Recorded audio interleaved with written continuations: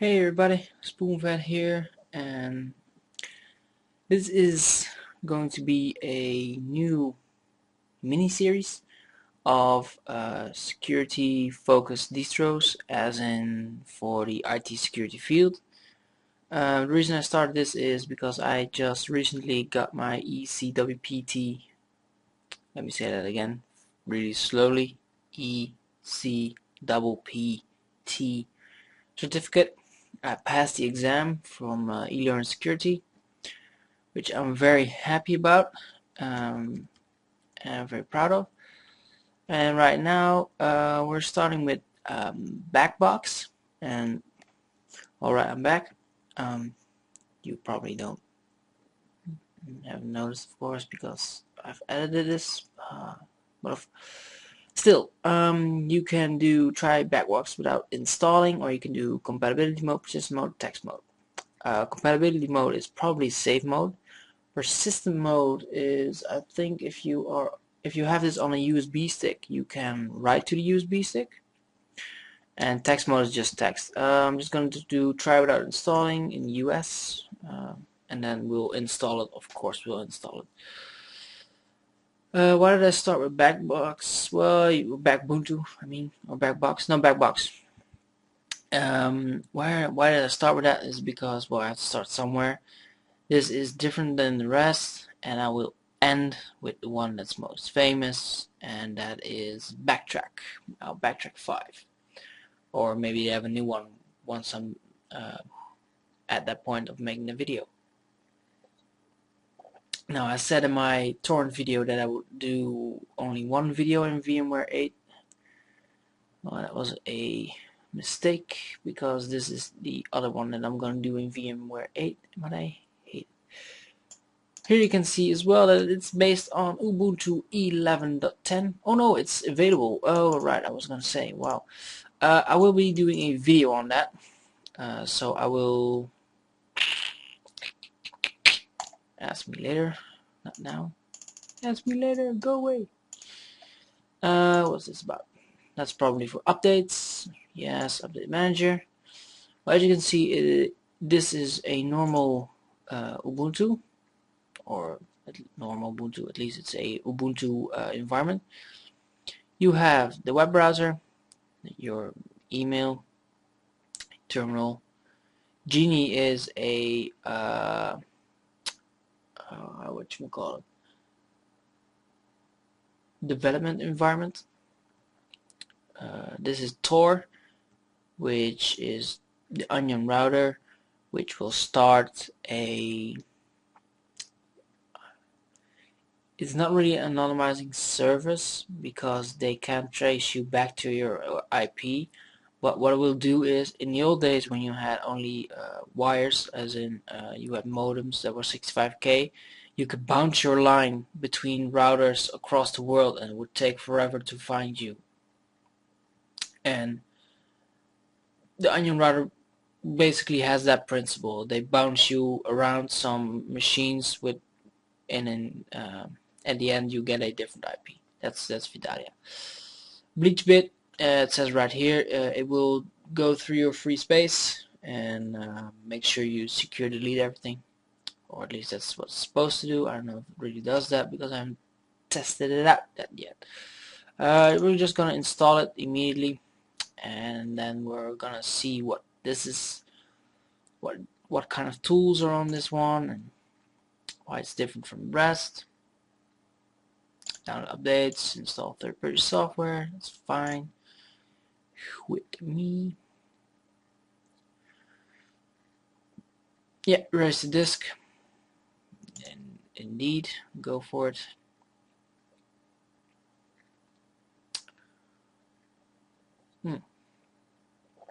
Let's do time, and I will do that keys.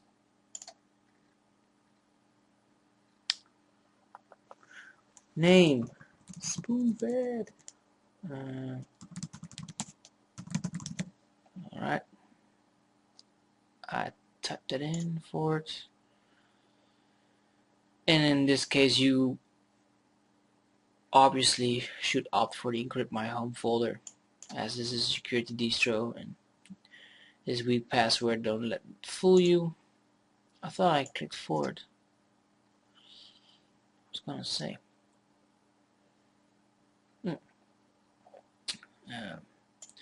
It looks great. I will not be doing everything in comparison to Backtrack 5 or something like that because that's unfair. I could give a quick list of which ones I will do. I will do BackBox, which I'm doing right now. Of course, I will do Backtrack. I will be doing the ones they use in Belgium, if I can get it, because I had it and then it got lost somewhere and I had really a hassle. I have Samurai, which is a web testing framework. I will be doing Weaker Than. Um, I will be showing you, it's not really a distro or environment, but I will show you Katana, which is done from a hack from a cave, and you have a lot of options in which you can boot up, including Backtrack, but also you have some different stuff. And I can't really remember other stuff I have. I had one that's about reverse engineering malware. So it's RAM Linux, reverse engineering malware Linux. I will be doing that one. Also security, for IT security.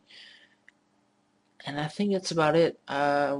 Whatever I'm missing right now, you will see in the videos. I will be posting this on linux.spoonfed.org and on hacking.spoonfed.org because they are, well, they both, they belong in both categories. Also, one of the reasons I was not be able to post anything was that somebody pushed the wrong button, which I explained in my last couple of videos. But that means I still have like, I don't know, 250,000 files to go through, and that's a lot, obviously. And it's pretty hard to like really make time for that, to go through all those files I recovered from the hard disk in order to continue to keep my data. And actually it was a backup from another external hard drive that just failed, which was understandable. So I bought a new one. So on and so on. Yeah, and then I got the news that I got my ECWPT, which I could kind of explain right now. I mean, we have time for it anyway. It is from elearnsecurity.com. I think I already said that. It's done by Armando. His last name I think starts with an R. I want to say Romero, but I don't know. It's probably not his name.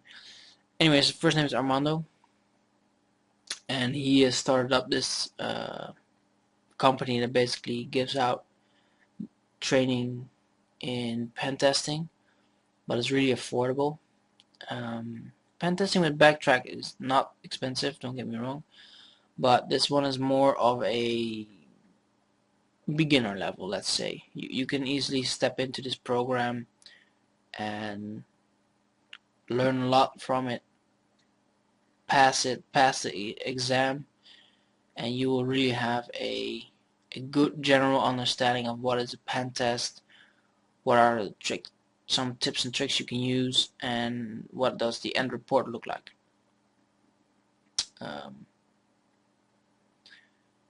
And how to communicate. That piece was very small, but it's still there. How to communicate to people that run a business, people that like the financial department, and how to talk to the development guys there. Well, the last category is the easiest because they speak the same language as you, but the first two require a different approach. To speak to the business owner or director or CEO, you need to be brief. You need to have a good summary, as in it must be all the core problems and stuff you did, you need to put in there. So I did the pen test. I found out these things. They will cost you this much if you don't fix it, and these are steps you need to fix. That's it. Now for the financial department, it's basically the first story, but then a bit more how you would call it, a bit more detailed, a bit more thorough, specialized on the financial side of things. So with every step, you want to make a estimate on how much damage that could do the company. Now to the development guys, you do, like I said, they speak your language, so you will tell them in jargon what they need to fix, what you did, and you give them the steps to recreate the problem, or not problem, but recreate the exploit, so they can verify that you did your job. Now that's basically it. That's what I did. The first time I got it back because I made some assumptions, and like I said, don't assume, because you make an ass out of you and me. Oh, I did that anyway. It's only natural. So I failed the first time, but they give you a second attempt for free with some notes on what you should change, and with those notes they hope you succeed the second time, which I did. So yeah, there's not much more I can say about that. I will I could include a no, I will include a link and to the site. Maybe even have a flashy banner up on there. I have no idea. So yeah, the next step is pen testing with Backtrack. I want to do that one, but first I have to save up some money for it and rack up some certificates so I can get a well, maybe that started, get some pen testing done, because I have the basic knowledge right now, but not the sophisticated knowledge. One thing I must say is that eLearn Security, the program, really went in like into specifics in the area of, like, they call it arbitrary code exploitation or execution, and what that means is that you write your own exploit because you have found a buffer overflow, for example. It goes into those things like very deeply and very thoroughly, and you are required to know that. It's not part of your last test, because, well, you could be part of your last test because you have different environments in which you can do last test. You can take, because it's a pre-configured virtual environment. Well, it's not pre-configured virtual environment, it's pre-configured ISO image, which has a Backtrack install on it, in which you can start up the lab in which you have to do your exam. So in this case, if you have it on a virtual machine running, then it takes on the characteristics of whatever is running on underneath there. Pretty cool, but not really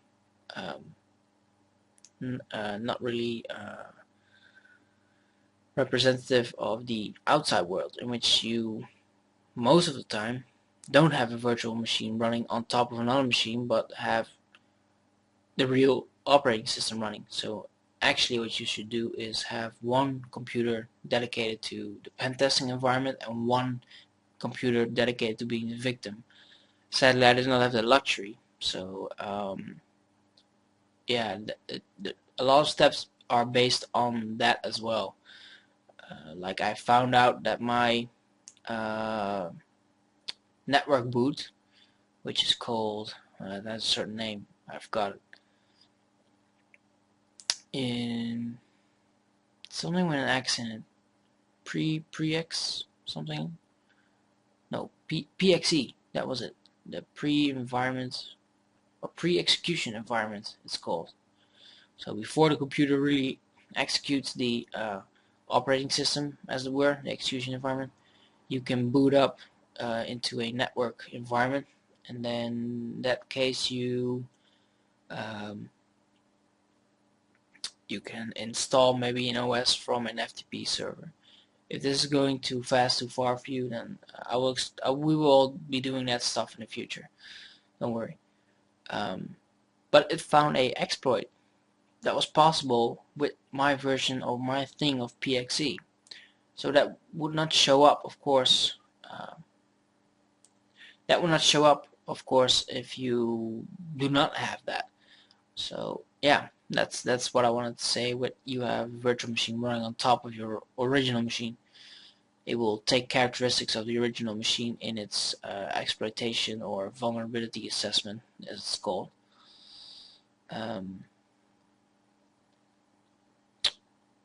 So yeah, I won't be giving any answers to what I did, or I will not show you the exam because I taped the whole exam for evidence that I did the exam and not somebody else, that I had proof, because maybe in some cases somebody else does the exam for you because you want a certificate and the answers look alike, or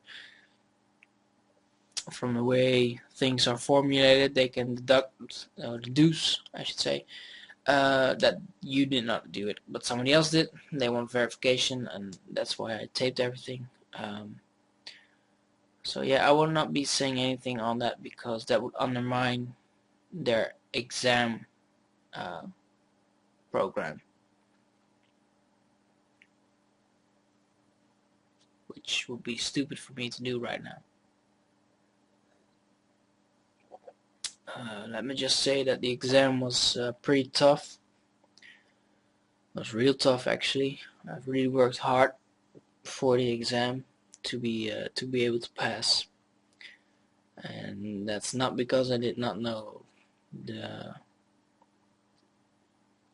all the theory, or I had not enough experience. The exam was just that pretty damn tough. And there are always people that do it with a breeze, and there are always people that will fail because it's too hard. But I think for I think those percentages are really low. I think for the general, the main body of people in between, as in maybe 2% fails because it's too hard, and 2% finds it too easy. I think the other 96% passes, or not passes, but has a chance to pass, but it's still pretty damn tough.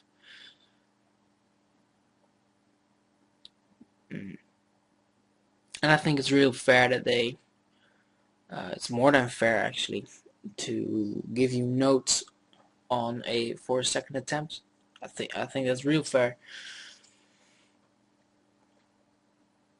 because I don't know any higher educations that will give you notes on what you did wrong on a test and give you the ability to reform the answers or something, or rewrite the answers and do it again, and then turn in the paper again with just those things. So the rest is already good, and they will again check your answers that you changed to see if you scored a this time or not. So yeah. Now I don't know if they do that with everybody, of course, but they did it with me, and I'm happy with it.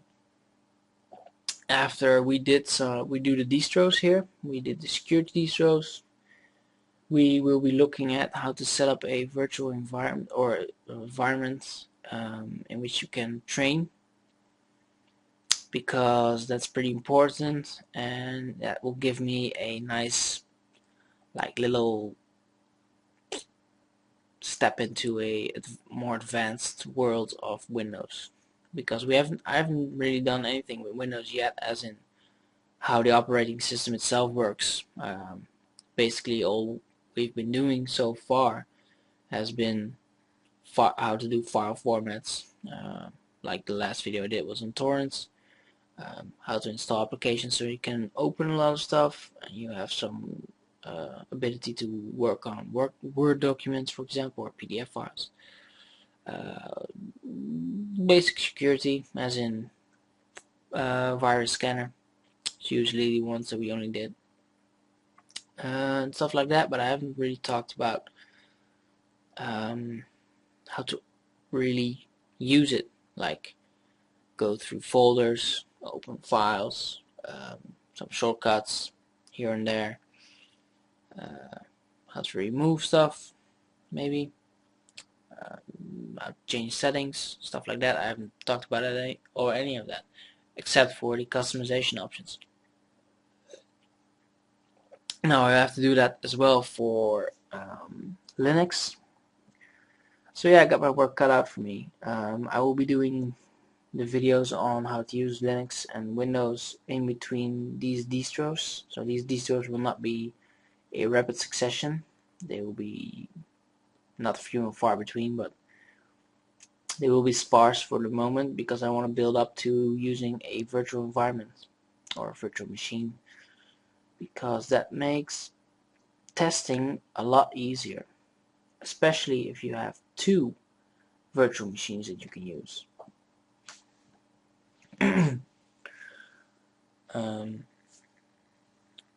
Like one Windows system, like XP, unpatched, no service packs installed,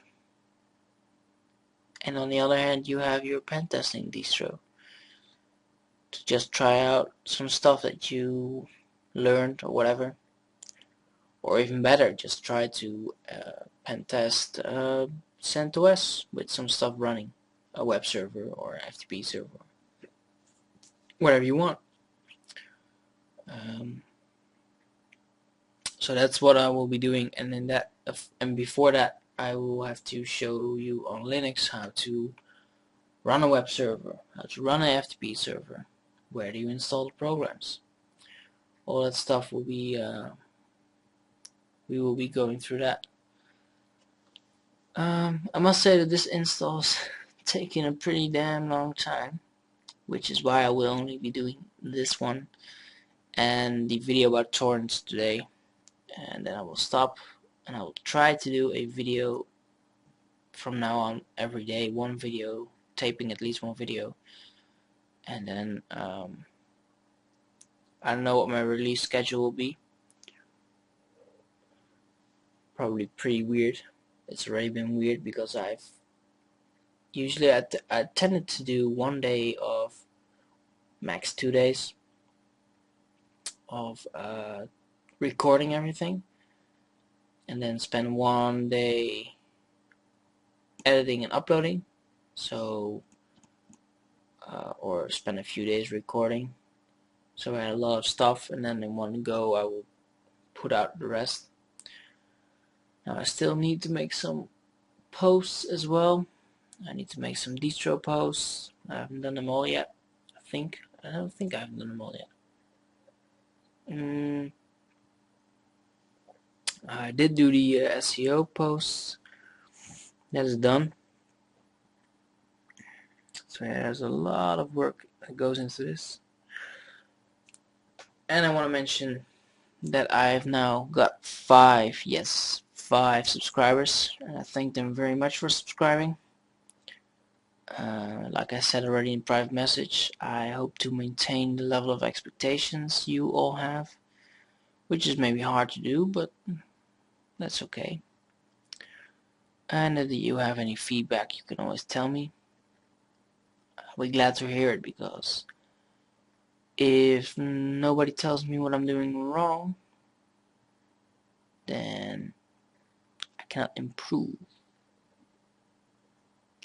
So yeah, you could also tell me what you wanted to see, because then I know where to put my priorities and maybe alter my course of action accordingly. I got a lot of plans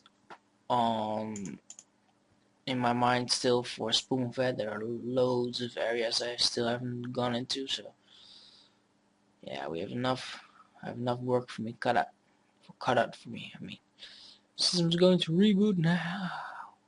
No. Okay, go for it.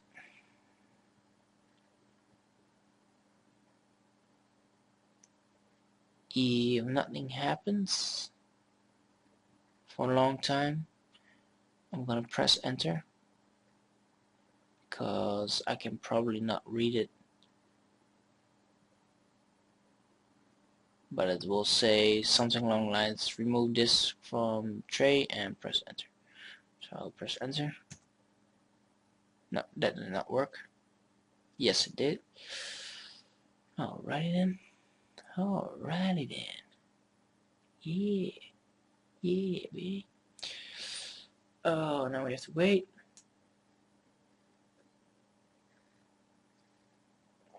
Probably it's booting a bit slower here than it will be on your normal computer. Like I said, because I'm in a virtual environment. So the program, the virtual, like the VMware thing, that one is taking up memory, and then the thing itself is taking up memory. This is the login screen. Looks pretty awesome, actually. You can do a BackBox session. That's fine. Go for it.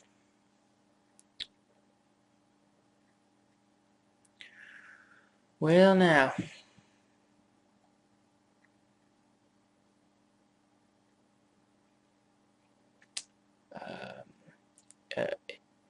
If you are doing this at home, then just click yes, upgrade now, because it will get a good system running underneath there. So just close. Now this is the software updater, which has a lot of stuff in it. You can go. You have the Z attack proxy. That's pretty cool. Skipfish is an awesome tool. Just to give you a little bit of a hint on what we will do. BackBox Firefox updates, and these are just for the normal ones. Get a file, and so on and so on. Alright, so we have audit, we have a bunch of tools there, and you have services. You have a bunch. These are your normal stuff. So on system you have the normal stuff in here. Office, you have some of the things like Abbey Word, multimedia, internet browsers, and Vidalia, like I said, IRC chat, Hex editor, always nice to have, always handy. And let's go into audit. You have information gathering, Maltego. Maltego is a cool sort of, well, I would call it an environment, which you can do a lot. The harvester will get a lot of info online. Some stuff here, passive reconnaissance, ZenMap does a lot of stuff. Web application, Blind Elephant does CMS detection and I think exploits, but I'm not sure. This one for sure does that, and this is for WordPress. You also have Joomla Scan, which is another one. I've never worked with this one yet, so I cannot really comment on it. I know it's big, but I haven't used it yet, so in the future this will be the first time for me as well. Web scanners I have used a lot. Skipfish is one hell of a tool. Really, Skipfish is the bomb. It will send huge amounts of data to the target, even with a correct configuration. But still, it will give you a hell of a lot of information, really. Exploitation, SQL Map is the best one. I think SQL Ninja is more expert version. SQL Map does a lot of good stuff for you. This is Metasploit framework and Armitage or Armitage. Social engineering is a set framework. Social engineering something else. You have some password cracking like fcrackzip and John the Ripper, offcrack, PDF crack, that sort of thing. For sniffing means to look at the packets on the network and what kind of information is in there, are the images, what links do they visit, what passwords do they fill in, and so on, so on, so on. And SSL strip makes it so people will go to the HTTP version instead of the HTTPS version of the site. And Wireshark is a, like it says, network traffic analyzer. You can keep it running to start capturing packets and then like filter through those packets to see what's going on. Spoofing kind of already says it. It has to do with how you can spoof an access point, for example, so people will log onto your laptop instead of the router or modem in question. Maintaining access backdoors, Weebly, I've not used it intensely yet, or not at all actually, so we'll tackle that one as we get along. Forensic analysis, some tools for getting stuff, acquisition, which usually means copying the hard disk in question or getting files from it, but I think that's what it is. Data recovery is getting the actual files from that hard disk or ISO image. Some formatting tools. File analysis is pretty cool. Stack height will look through files, usually images are used, to see if other data has been added in there. It's pretty cool. And wiping is to securely delete stuff. VoIP analysis. I haven't done stuff with VoIP because I don't have VoIP here. Voice over IP, it stands for Voice over Internet Protocol if you want to be very specific. I can explain what it is. If you have internet via ADSL, which is asymmetric digital subscriber line, which is a mouthful, you used to have your phone on an analog line, meaning you would have your phone signal going through a in an analog way, not a digital way. The signal is different. And nowadays they can use the same line in which you get internet with ADSL, the same frequency, to use that same line to make you to do calls for you, because in essence it's the same line lying there, but it's a different way of handling the data. That's basically it. So people calling with the digital line, you can grab those packets or grab that data for yourself as well and see what's being said, what's being done. So that's SIP fishes and SIP crack. Wireless analysis, cracking, has to do with how to crack a network key, and scanning has to do with to look around and see what kind of networks are available. Stress tools are to benchmark or at least stress a server, so you could perform a DDoS attack if you wanted, I think. And in the miscellaneous there's the Mac changer, netcat, netwag, I don't know, netcat I do, and Mac changer, Mac changer GTK, so that's with a graphical user interface in which you can spoof your MAC address, and I'll be covering that another time. Services. Apache, start a web server basically. Metasploit for the RPC daemon. OpenVAS, I don't have any experience with it. Polypo is for Vidalia, which is the Tor, which I said, and SSH is just that. It's a secure shell which you can start, so you can connect securely to another server with SSH. So to tunnel traffic into and stuff like that. So that's basically the tools that are on BackBox, and I must say they've done a very nice job of expanding their tool packet package because they were missing a lot of tools the first time this came out. It looks great. It flows great. It doesn't have like necessarily all the tools, of course, Backtrack has, but I think this is a very robust BackBox or a very robust pen testing distro. And let me just look at the package manager, so software manager, because maybe what they did is have a special tab for. No, they don't. Oh, no, that's too bad. Oh, they do have. No, they don't. No, they don't. Too bad, too bad, too bad. I hoped they had a special tab for all the software you can use for pen testing, but they don't.